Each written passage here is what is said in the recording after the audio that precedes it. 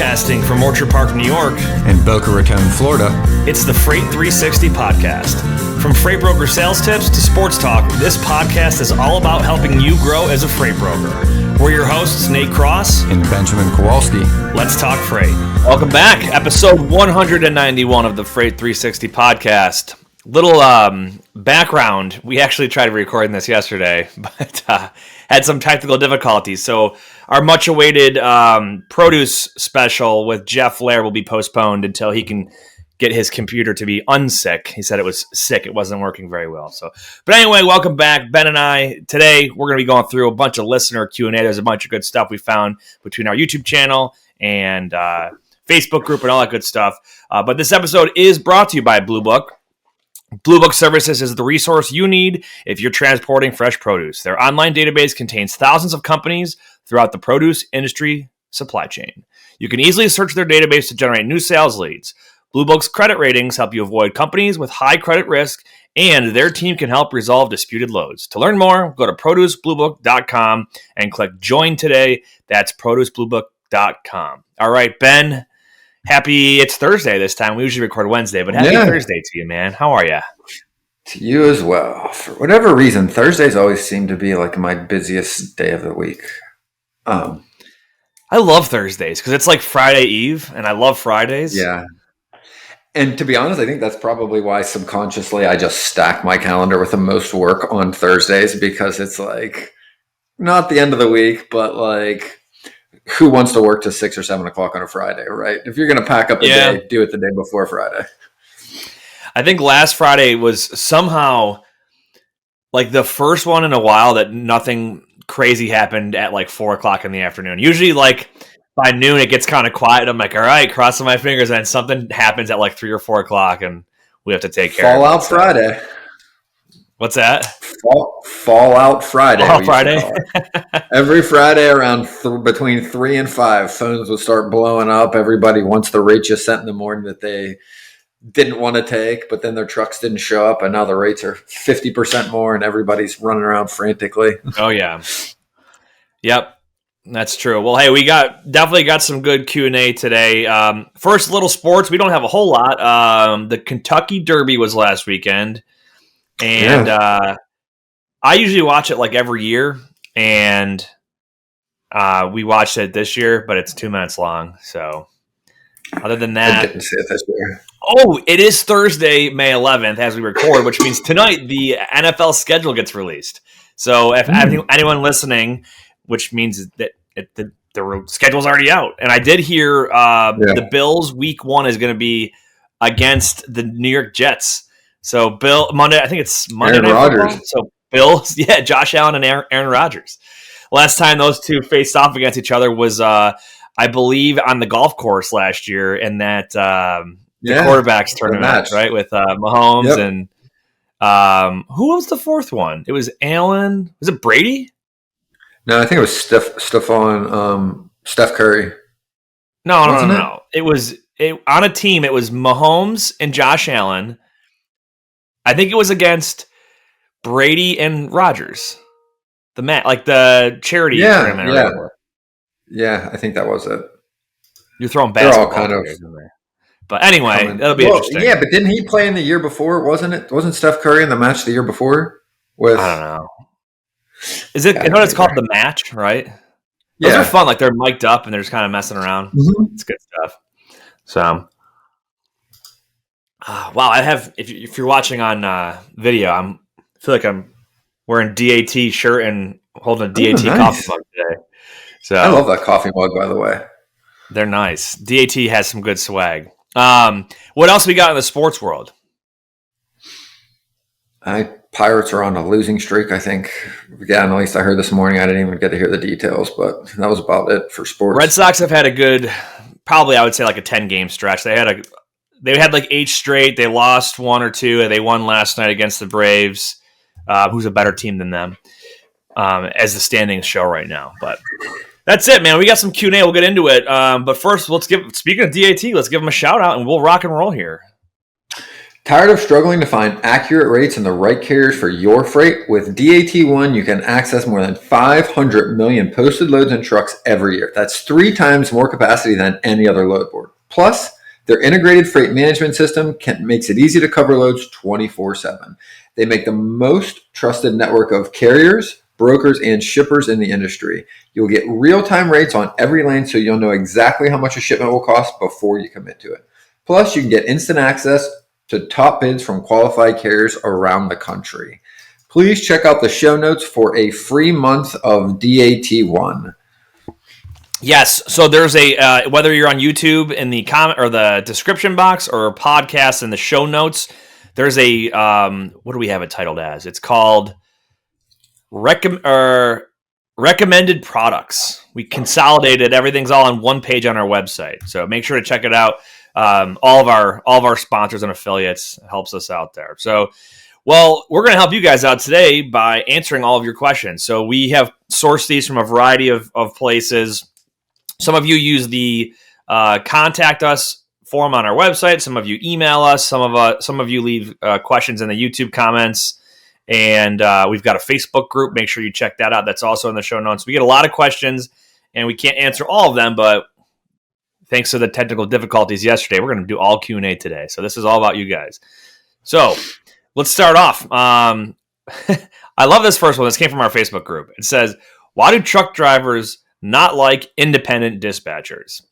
Well, I don't have a perfect answer for this, but it brings up a good discussion, right? Why? And I'm going to broaden it, right? We can talk through why would anybody in our line of work not like another party, right? Like, why would a broker and a carrier not get along? Why would a broker and a dispatcher not get along? Why would a dispatcher and a carrier not get along? And I think that it's not everybody that thinks this way, but there are certain people that think that they're getting taken advantage of by somebody else, right? Like, for example, there are carriers that think brokers are screwing them on rates and making too much money.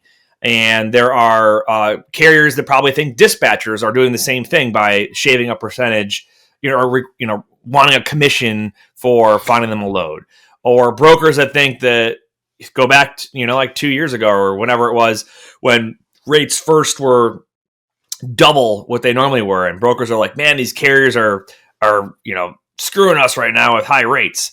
The reality is the market changes with time, right? And supply and demand is going to dictate how prices are, right? We're going to have supply, meaning how much freight is there that has to get moved.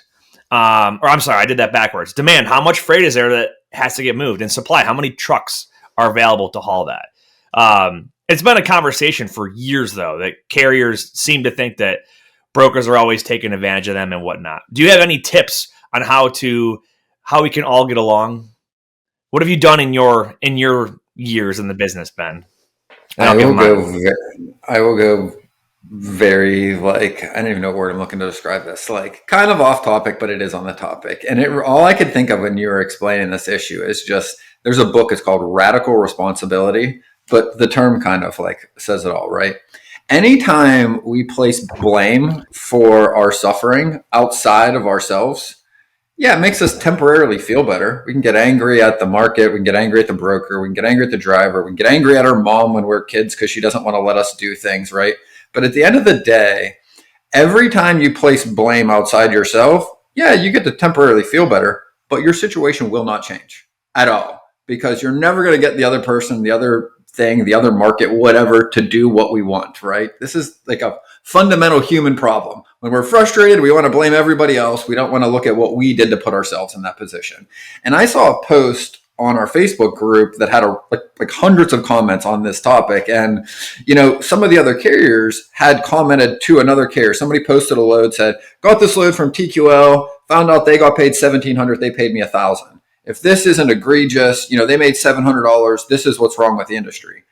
The thing that I saw somebody else say was, well, if that broker didn't offer that load for $1,000, that load wouldn't even have been there for you to move. Because if you're relying on brokers in the spot market as a carrier, you aren't doing everything you could do to have better rates and better relationships, right? And somebody else said, hey, I was a driver for 5 years. I then decided to start going direct with shippers. Now I work as a broker and own trucks. there is no reason why you can't pick up the phone and negotiate your own rates directly with a shipper. Most don't want to because that requires more responsibility, more work, maybe more money to pay somebody, and maybe the independent dispatchers that people are complaining about. But somebody has to do that work, right? Like shippers aren't posting their loads up on DAT and waiting for carriers to call them directly. Those are the brokerage. And if you got rid of all these brokerages that everybody says are these problems, these loads wouldn't even hit the spot market. And to the other point that you're making, like at the peak of the market, like the middle of the pandemic, load to truck ratios were like 10-1, 10 or 11 loads for every one truck in a network. Right now, they're like 2 or 3. So the amount of freight moving in the country is drastically reduced. But now let's say you got rid of the brokers on top of that already happening, right? So you've got way less loads to move and the brokers just aren't involved. You would have the shippers with just loads that weren't being moved, and they wouldn't even hit the market for carriers to move unless they picked up the phone and called these shippers, right? So again, I think it's a little disingenuous for anybody, any of them, the brokers, the carriers, or the shippers, to always want to blame everyone else without looking at what they can do. And I'll pull out shippers, right? This is another notorious, egregious offender of carriers. They want to blame brokers right now, but forever, shippers are creating the problems with detention, dwell time, loading, unloading, making carriers wait. That is where carriers lose a ton of their money, is when they're not driving at a shipper and receiver. Those shippers aren't incentivized to do anything either. And again, that doesn't mean they're all bad. But if you take some responsibility and go, well, okay, I don't want to deal with this anymore as a business owning truck driver, well, then only work with the shippers you want to work with. Make those phone calls. And then you know what? When you have issues loading and unloading, call back and ask them to help you with them, right? Take the initiative to change the things that you're not happy with. Now, nobody's happy with the way the market is, but I find it really hard to believe that anybody is doing anything different than free market capitalism, which is why this industry works this way. That's why anybody can go start a business. That's why anybody can go get their CDL theoretically and start a trucking company and be competitive. There's very low barriers to entry, which allow lots of people to enter and exit a market at any given time. When that happens, you're going to have lots of ups and downs. That doesn't mean the other party is just ripping everybody off. It's a free market for them too, right? Again, I don't find it helpful for anybody to just blame anybody else rather than to try to look for the things you can do to change your own personal situation.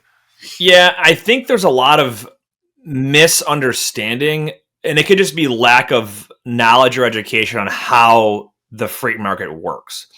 For example, if you go back 40 plus years before deregulation, it was the government that set rates, right? So a head haul and a back haul didn't have different rates, right? Boston to Chicago, whether it was one way or the other, you weren't going to see a massive fluctuation. Deregulation is what then turned into a capitalistic, supply and demand driven market for freight. So just understanding that, that's why like I always encourage people, have these conversations with your carriers, with your shippers, just to understand, hey, the rates right now look like this because, right, if you give context, that's going to, it's going to go a long way. Just to explain, like, there is a lot of freight trying to be moved in this lane right now, and there's not a lot of capacity. That's why rates are high. Or for the carriers, like, why is it paying so low? Well, there's not a lot of freight moving in this lane. There's a lot of carriers like you that are trying to get freight in this lane. You guys are, because of that supply of trucks is so high, it's driving the market rate down. So it's just education on it. Well, yeah. And the other side is, I don't remember anybody, brokers or carriers, complaining when rates were twice national averages. Because if you want the government to set the rates, guess what you also get when you don't get the downside? You don't get any of the upside either, right? Exactly. You are just going to be, it's like running a communist industry, right? Where like everything's just regulated. Nobody has the ability to set their own prices for their own equipment. Nobody has, and again, these are all different. And that's the other thing that I find really hard when I get into this discussion, is that like people want to look at the revenue side without looking at the expenses of the business, right? Well, what do you have to do to get that revenue, right? And you always use the example of Apple. Like, Apple does not put out their products and go, here's our AirPods, they're $190. We paid $35 to manufacture them. everybody would be like, why would I pay 190? Because you weren't around for the $40 million they spent in the first year to develop the product when it didn't exist and nobody had anything to buy, but they were willing to do that so that they could later make some money, right? Again, yes, I get we want everything to be the way we want it, but it doesn't really usually take into account the realities of how businesses actually have to operate in an industry. Exactly. So what I will say back to the original question, why would a truck driver not like an independent dispatcher? Well, or why the animosity? Whether it's a dispatcher or broker, the dispatcher or the broker is essentially acting as that sales arm for the trucking company, right? They're the one out there going and finding the freight for them. Whether it's from whether a dispatcher is going to one of their trusted brokers to get freight, or a broker put in the time and the legwork to develop a customer relationship with a direct shipper to then be able to get that load to give to that driver. That's why, that's where the profit comes from. It's the value add.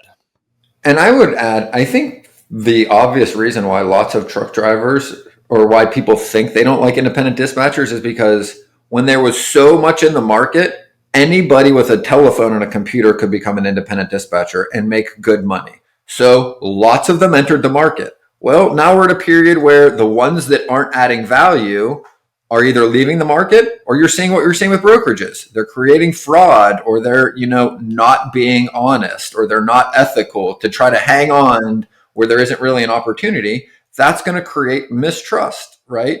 It's happening with brokerages too, right? We talked about this in other episodes where there are companies that are doing business by double brokering as a matter of like their standard operating procedures, right? Like that always fraud and these things and mistrust always happens when there's way too much opportunity and money in a market. And as soon as that disappears, they're going to hang on as long as they can until they're all gone.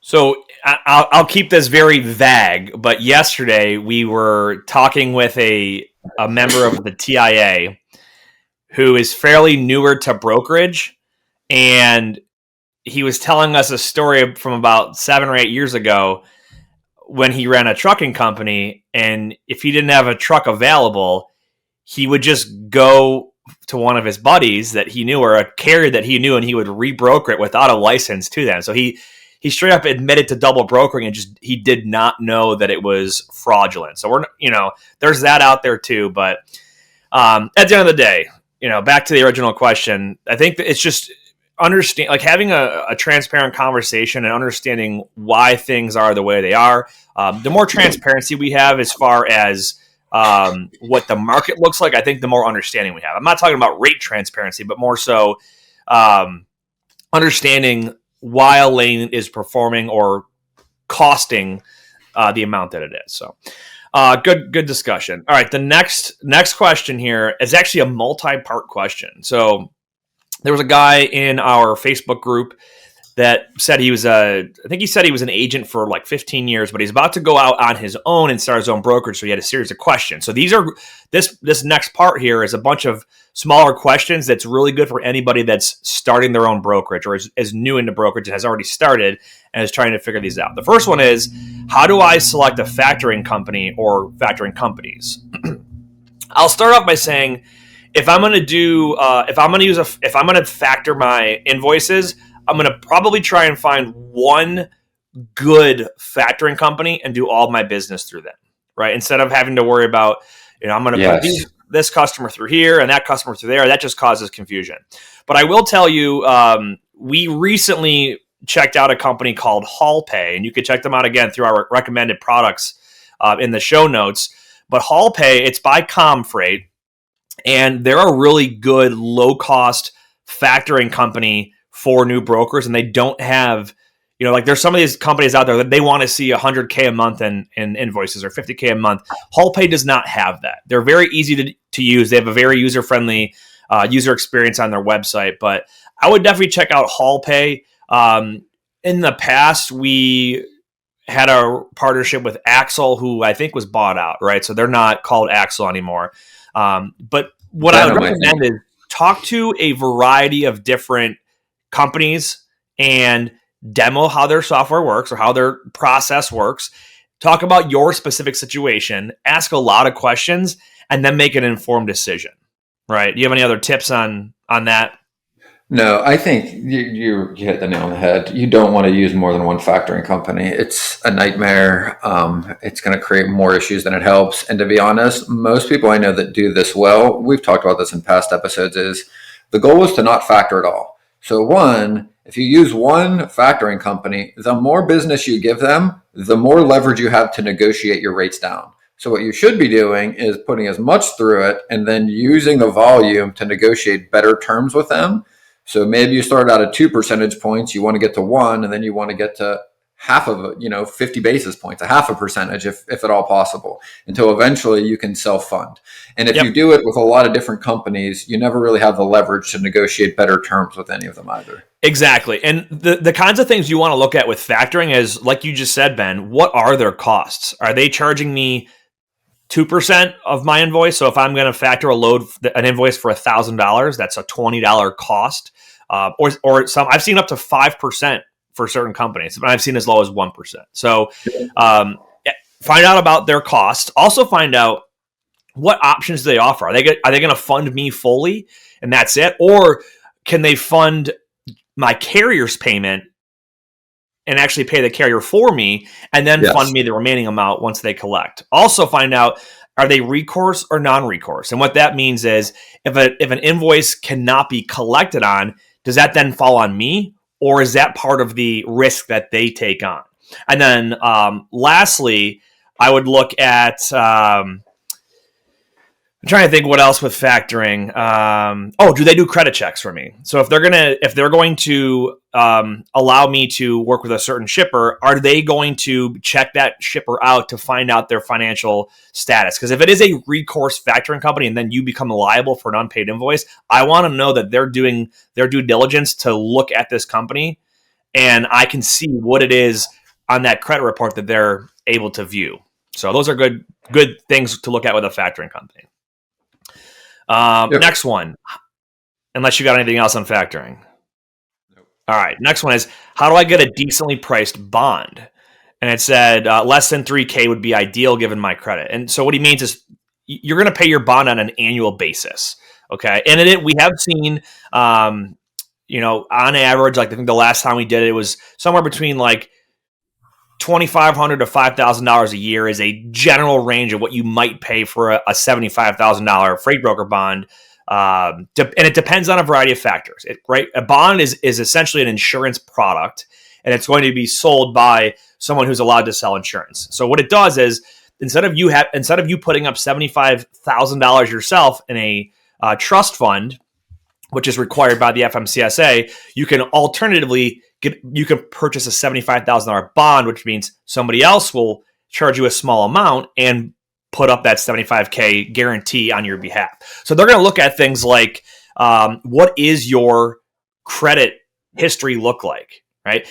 Do you have a history of making payments on time? Because really what the bond will do is if you don't if you're not true to your obligations to pay a trucking company, they can file a claim against that bond and get paid by the bond company. So the better history you have and the better track record of paying your obligations, the more affordable that bond's going to be. So with any insurance product, I would highly recommend use a good insurance broker who can shop multiple options for you and provide you with, the more options you have, the better, right? So they can go out there and figure out, based on your situation, I was able to find you one for less than the $3,000 that you're looking for. So that's what I would do for a bond. But besides that, there's not a whole lot you can do other than improve how you look credit worthiness on paper if someone's going to do some research on you. So next one, what are some sources for contingent cargo and general liability / umbrella coverage? This kind of falls in the same bucket as the bond, right? We always recommend use a good insurance broker when you're going to shop for an insurance product, right? So if you are going straight to an insurance provider, they're going to sell you their product at their price. What a good broker will do is shop the market and find you a bunch of insurance carriers that can write or propose policies for you. And they're going to vary depending on what they cover, what they exclude. Is there a deductible? If so, how much is that deductible? Things like that. So contingent cargo, It's going to be fairly inexpensive. They don't tend to cover a whole lot. I think in my company's 40 plus year history, one time we've seen a contingent cargo policy payout. Did you ever see one payout in your years? No. Exactly. Yeah.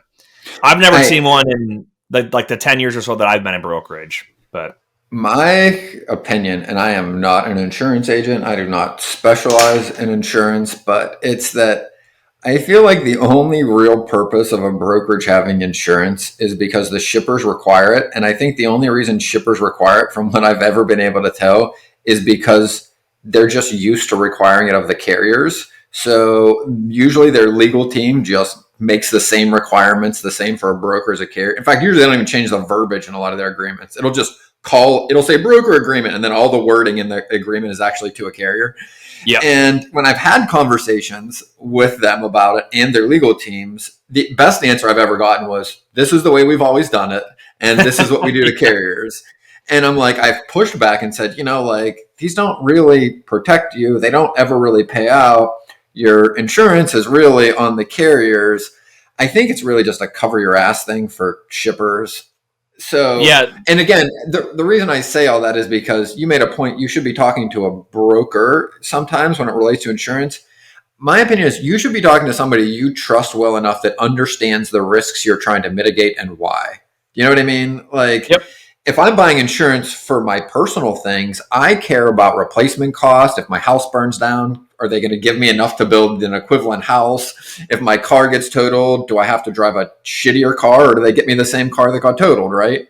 Well, I think insurance for a business has looked very differently because, again, brokerage policies rarely come into play. And I think if you can get the lowest cost and still mitigate the risk you're trying to do, that is your best course of action. We need somebody to trust.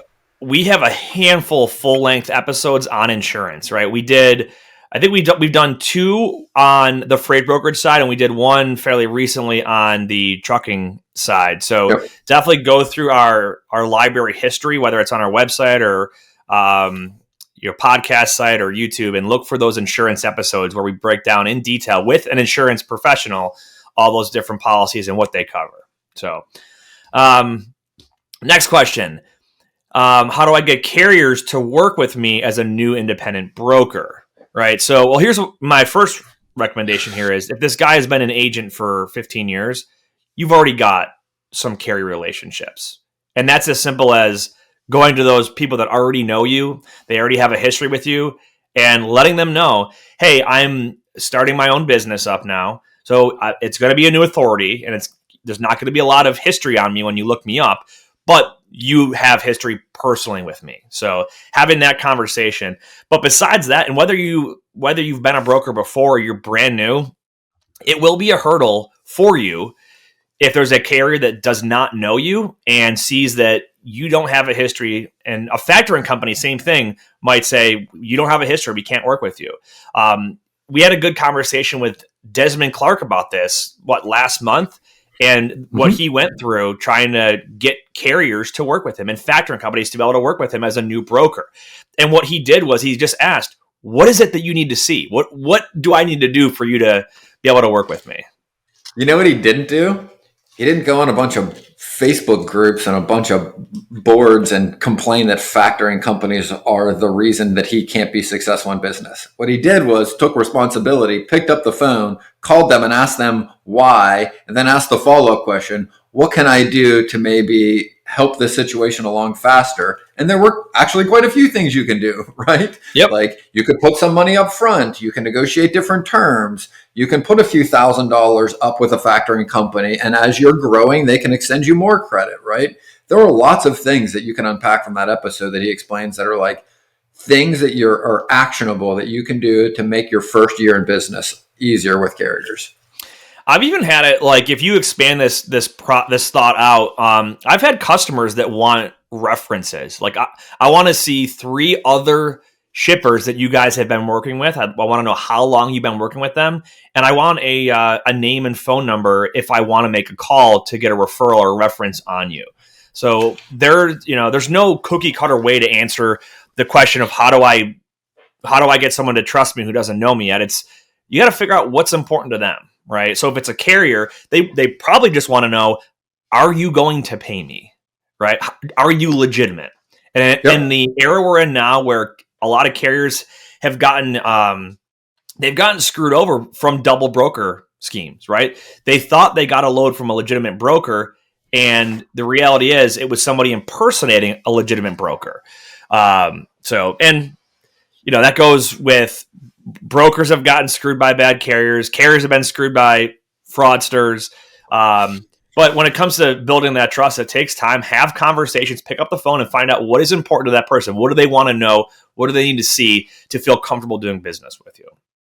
Last part of this multi-portion question is how to establish business credit. And this kind of goes the same way. We've heard this time and time again. When somebody is brand new, oftentimes you're going to have to either prepay a carrier. Maybe you give them an advance up front and then you pay them the full amount upon delivery. But some sort of advance payment versus paying them in 30 days for a while until you've got a track record of paying your obligations on vendors. That's really what it comes down to, is you're going to have to do a lot of quick paying for a lot of carriers right up front. So, but good question. Good luck to you, my man, for, congrats for starting your own shop up there, and good luck to you. Hope it all works out. We do have a few more questions here, but first, a shout out to our friends over at Lean.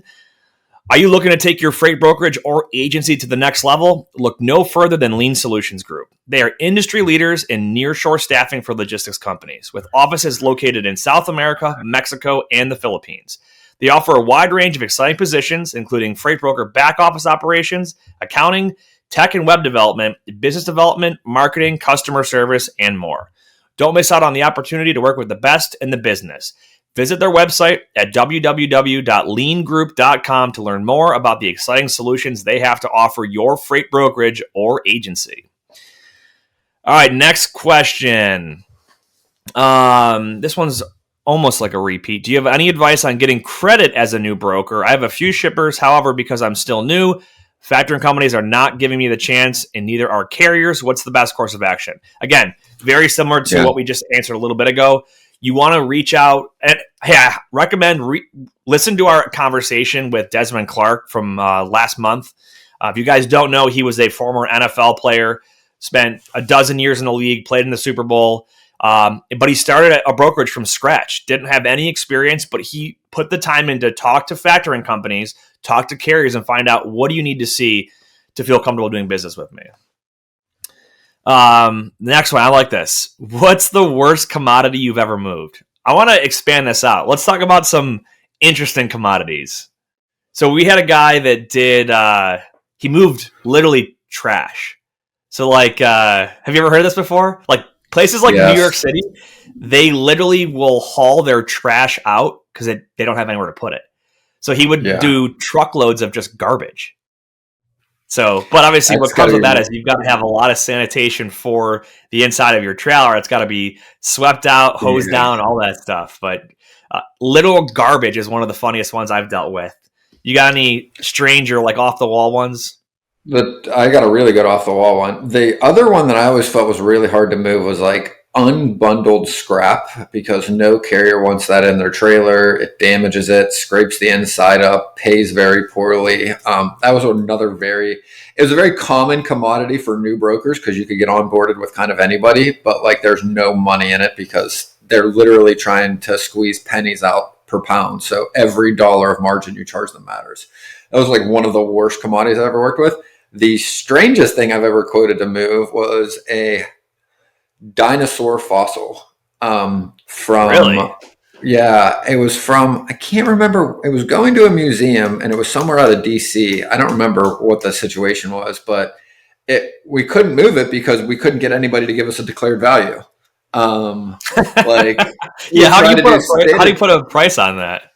And we could, and again, this is when I worked at TQL, so I didn't even want to, it wasn't that much money either. I'm I'm not going to take possibly millions of dollars in liability. They're oh, we think it's $400,000. And then they're like, well, we're not sure. And then nobody would insure it. So we didn't actually end up moving it. You can't really replace it. You know what I mean? You can't go buy a new one. Yeah, I don't exactly. But it was one of the core. You know what else? The other core commodity that I quoted that didn't move was I quoted a rocket engine that was going into space out of Cape Canaveral. It was up in what's the base in Salt Lake City in Utah? Is military base, Air Force Base. I don't know. Couldn't tell Either you. way, that military base, we had to quote it from there down to Cape Canaveral, and it had to go in like a 13 axle trailer because it weighed something like 200,000 pounds or something like that, 250. It was like enormous. It was the most expensive quote I've ever looked at for any Let me shipment look this ever. up. Salt Lake City military base.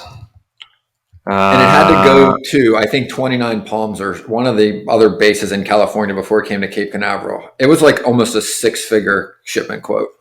I see Hill Air Force Base and Dugway are the two bases in Utah. The one that you made me think of was the one in Vegas. That it's not far from Vegas, and that's where they do. I think it's Nellis Air Force Base. That's where they do like a lot of testing and stuff like that. But That might have been it.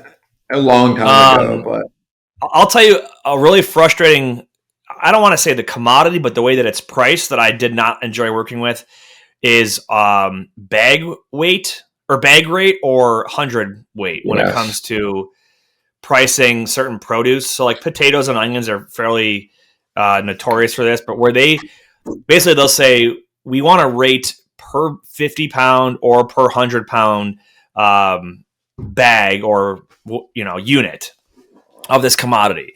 And where it gets a little frustrating is you have, so like let's say you're quote your customer $5 per bag, and now you're trying to find a truck and you're trying to offer this truck a rate, and you're like, all right, well, if they load to 42,000 pounds, they're going to get X amount of money.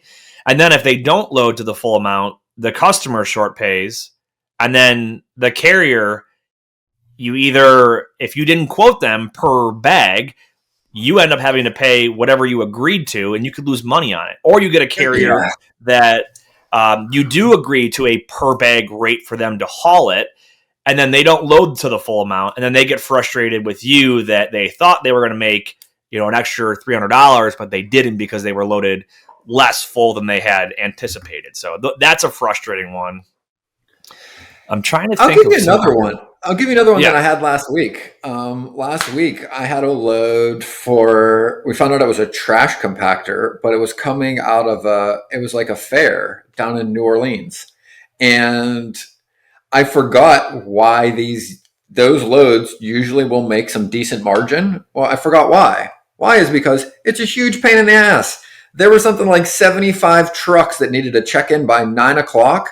Our driver didn't get loaded until 4 in the afternoon, right? So basically, you spent the whole day reassuring the carrier that they're going to get loaded that day. There was no other loading the next day. If it didn't get loaded that day, it was literally going to be left in the field. So there is no other choice. And nobody let us know ahead of time. There was no information about any of this. And it just reminded me of that old saying, right? When it's too good to be true, it usually is. There's something going on that you will find out later. Yeah, that reminds me of trade show equipment or like trade show freight. So like I think back as a couple years ago dealing with trade show in New York City, and you got carriers that they get confused on where they're supposed to stage their truck, and you get traffic and congestion and all that. And you got, if a trade show's shutting down and moving to another location, you got a lot of trucks all in a very small window of time that have to get all this stuff moved. And think about, like you mentioned, like a fair, right? Because some of the stuff we move is amusement rides and equipment like that. And those are extremely time sensitive, right? If a fair lasts for 10 days in one town and then they get, basically a week to break everything down, load it up, ship it, set it up for the next fair in the next town, you got a very tight window of time when it comes to getting trucks in there. It's like hoarding cattle, trying to get everybody in the right place to get the right stuff. You can get shipments mixed up. You can get stuff that you lose track of where it is. And man, that is like a real headache. But yeah, those are some good ones. When you think about it, it's difficult to do out of a warehouse where everything's in the same place or should be in the same place, right? Now you have an open field where everything is makeshift for a week and then needs to be torn down, loaded onto every truck in one day. And then to your point, if you're late a day, that's 10% of that fare's revenue for that ride. Like that's a Yep. huge amount of money when you think about it. So yeah. Yep. Another strange one is if you ever picked up or deliver at like an oil rig or an oil drilling site, you get like literally like a GPS coordinate for where that location is. So those are kind of goofy too. So because there's not like a physical address for a town. No You know what I address. mean? Yeah. It's just like they're out in the middle of 1.45 northwest Oklahoma or by Texas. 35 longitude. Yeah, exactly. Last question here. How do lumpers work? Take a look at we have an accessorials. We've got a podcast on it. We've got some videos and whatnot. But what a lumper is essentially a person or a group of people that will load or unload a shipment, and they're gig workers, right? So they do not work for the trucking company. They do not work for the shipper or receiver. They're third party. So they're kind of like day workers. So what will happen with a lumper is, let's say, for example, you're picking up, let's say you're picking up produce from a produce distribution center, right? What the lumper will do is the driver pulls up, the lumper service, it could be one person or a group of people, will physically load or unload a truck with the product. And they tend to expect to be paid at the time of their service. So when you do have a lumper that's involved in a shipment, there's a couple ways to handle it. Some tips. Number one, make sure you understand with your customer how the lumper payment works. Does the customer, and they usually do, but does the customer pay for that lumper service, and find out how much it is. Is it $80? Is it $200? Is it $150? Because you're going to have to tell your carrier that's going to move the shipment. You have to let them know, hey, there's a lumper for this. It costs $100. You can either pay it yourself and send the receipt to us, and we'll reimburse you, or we can send you in advance via ComCheck or EFS, whatever service you use, to be able to advance the driver money to pay that lumper. So that's what a lumper is. And again, we've got some very specific content on lumpers and what the average rates are and how they work in detail. But that's a lumper in a nutshell. So good questions. We got anything? You pull anyone up or any other questions up while we're going through this? I didn't. That's about all I had for today. That was good. I always love doing the Q&A full episodes here because, we have a lot of content that we put out, and we have guests to come on and talk about specific parts of the industry. But you guys have a lot of questions. We don't always get a chance to answer all of them on the show. So these are always a fun episode for us to do. So make sure you guys continue to keep sending your questions in. And, we oftentimes have our little gentleman's agreement, or kind of the unwritten rule here, per se, of, what we do. It's not free to us. It takes our time, and it takes a lot of energy on our end to put our content together. And whether we're filming it or recording it or writing stuff out and giving it to you guys essentially for free, we do ask that in return, leave a comment on YouTube. Share us with somebody else in the industry. If you're going to use any of the products or services that we ever talk about, please use the affiliates or sponsors link on our website, which you can find that recommended products URL in the show notes or the description box on YouTube. That helps us out. We do get a slight kickback on some of these. Like if you're going to sign up for a DAT license, please use our link, right? We get credit for that from DAT. So what do we got coming down the pipeline? Well, I guess we're going to be doing Blue Book next week. We're going to have a produce episode. Yeah. On what you could be prospecting now and what you can prospect in the upcoming quarter. So we'll be hopefully doing that next week. I did read a good book in the past week that I think you would like, and I think is a good read for any of our listeners out there. It's called How to Get Rich, and it's written by Felix Dennis, and he's the founder of Maxim Magazine. But what I really liked about this book was a handful of people I've heard reference it, and a few successful people that I've followed have said they use it as like kind of a reference. And it really shouldn't be called, I guess it should be called How to Get Rich, but it's really more like how he got rich and what he learned along the way. And it's really practical things for what it's like to build businesses, what it's like to chase growth, what you have to give up, what you've got to do along the way, how to view equity, how to view hiring. A lot of the things that I think business owners in our industry face on a day-to-day basis, this book covers in a very interesting way that kind of tells stories on how this played out. And again, it's a little dated. His career is mostly the 70s to the early 2000s, but it's still, everything he talks about has practical use cases for, I think, business owners in our industry. It's a really good read. You know what? So like I've given this advice, whether it's in business or just in work in general, or like in school, like do the opposite of laziness in all aspects. And that is putting in the extra time, being proactive, right? Giving it your all. Those are just basic generalized things that I think if you look at people. There's an even easier one. There's a guy I heard that, I can't remember who it was, but he's like, and it's a big, long psychological discussion, but he's like, it really boils down to this. You almost always have two choices. If you always just pick the harder one, you'll be further along. Because the other one is usually just your mind trying to convince you to be comfortable and lazy. And everything, right? He's like, should I watch Netflix or go to the gym? You know the answer to that. Like, should I make my prospecting calls or should I go and review emails again and again and again? Should I do more research on this company or just pick up and make the phone call? Do the hard thing. If you just keep picking the harder of the two, you will constantly make progress in everything that you do. You're absolutely right. So, well, good stuff. Great episode. And we'll be with you guys again next week for another episode of Freight 360. Ben, final Whether thoughts? you believe you can or believe you can't, you're right. And until next time, go Bills. That wraps up this episode of Freight 360. Check out the show notes for links to anything that we've referenced on this episode. And make sure to visit us online at freight360.net to see our entire library of episodes, videos, blogs, and more. And make sure to check us out on Facebook and subscribe to our YouTube channel for daily and weekly tips and content. And if you'd like your question answered on the show, fill out the Contact Us form on our site, and we'll see you next week.